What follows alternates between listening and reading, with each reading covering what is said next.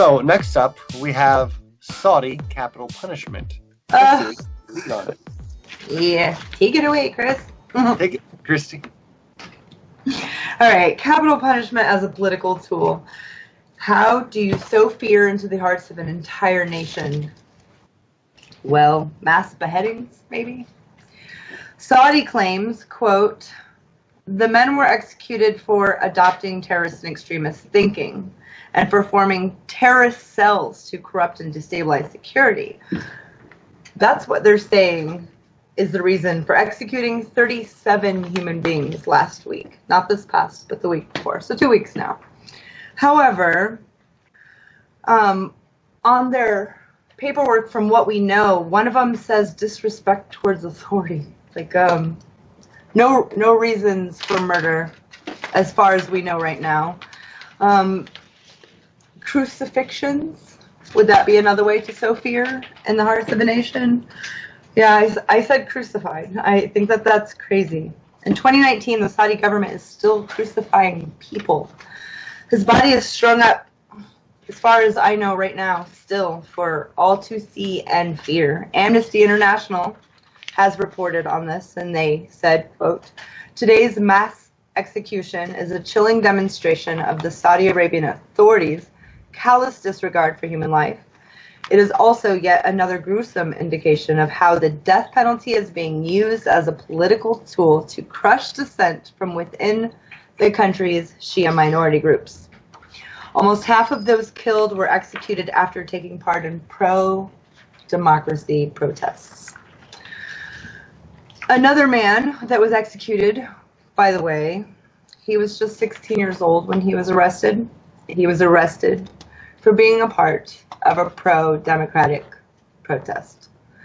The current king began his reign, the king that we have right now, in 1980. And when he also did a, there's not even words for it, mass execution. He did 47 beheadings and 4 shootings at that time when he took reign. Crimes then included disobeying Saudi rulers. So in Saudi, crucifixions are not uncommon, like I just said, but paralysis, like being paralyzed, is something that a court can condemn a man for. He can get sentenced to being paralyzed in Saudi Arabia. I should finish that. Literally an eye for an eye as well. Saudi courts have ordered eyes to be gouged out. Human Rights Watch also reported on this. They said that one man had his eyes gouged out, and his crime was getting into a fight. Amnesty International as well. I'm sorry? That's absolutely crazy. It's bananas. It gets worse. Amnesty International states that people's hands, feet, and even just fingers, so hands, feet, ankles down, all of that is up for grabs in the courts there. If you're accused of stealing, I can't even wrap my mind around accusing someone of stealing and then chopping their hand off. How that goes from one to the other, I just find so barbaric. Maybe it's hard for me. Maybe it's because I'm sitting in the United States of America, but to wrap my mind around cutting a body part off of a human for doing something like stealing, not for defending yourself. The story was hard. And the most bananas thing, like the thing that tops off this story with Saudi, is they sit on the United Nations human rights, like they have a seat at I can't even say it. They have a seat at the table when it comes to international human rights.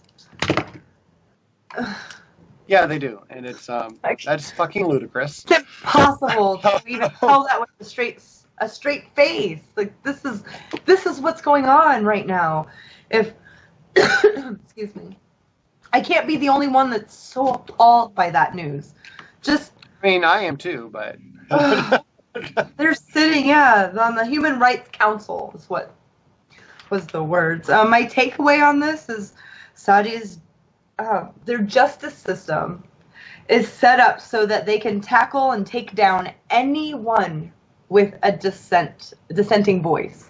It doesn't even have to be the opposite of what the kingdom is pushing at that time. It can just be different from what the kingdom is pushing at that time, whatever it might be. And that will get your life taken from you. As a humanist, the story fucking sucks. Just breaks my heart that that's even happening right now. it does. And it's not only to me that they're on this Human Rights Council. It's also the fact that we're allies with this country. Why are we allies with this country? I would like to make a comparison because we obviously don't bring it up enough. That Venezuela, all right? Yeah. So, there's a lot of shit going on in Venezuela, but Maduro isn't like fucking killing people. Like there's not human rights violations really going on there. Right. At least not like this, right? Can you imagine what Trump would do if an opposition party took over the streets and told them, let's go take down the military and take him down? Do you think they'd still be standing? Like, come on, let's think about it that way. Obviously, he's not a brutal dictator. The guy's still running around causing a ruckus. Right. Exactly. Yeah. I mean, really, Guaido's acting more like a brutal dictator, telling people to go into the streets and like, right. Basically, let's kill some people. So, and also just fucking literally trying to take office. Take office. So, yeah, they want to restore democracy by taking the office. It's absurd.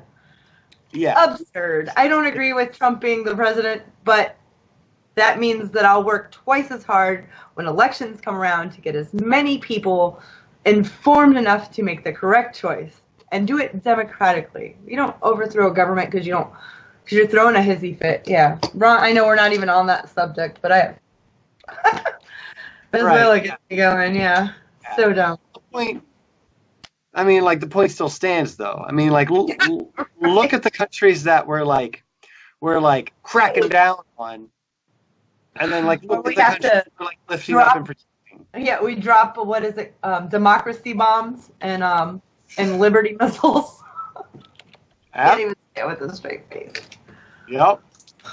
Yeah. Yeah, it's absolutely insane. Because I mean, we shouldn't really support dictatorships like anywhere. Right. Yeah, anywhere. And we shouldn't prop up any democracies or anything that are committing human rights violations. Right. Talking about you, Israel. Yeah. But either way, we're not the cops of the world, right? We shouldn't just go in and demand a regime change. This is our country. We need to focus on that here. We need to get the right people in power here. We need to get health care for our people here. Let's worry about basic human needs. Yes, here. And right. I'm not against helping other countries. I'm not against cracking down on other countries when they're doing bad things. But I don't think we should do it by ourselves. I think that's what the dictator, for. As world dictator, right? Dictator, right? No, we need to be part of the UN. We really need to buy into this United Nations name and idea where nations unite, and we put pressure on instead of walking out of the room. You mean? Instead of walking out of the room when the Venezuela, the United States just walks out of the room and leaves my jaw on the floor lately.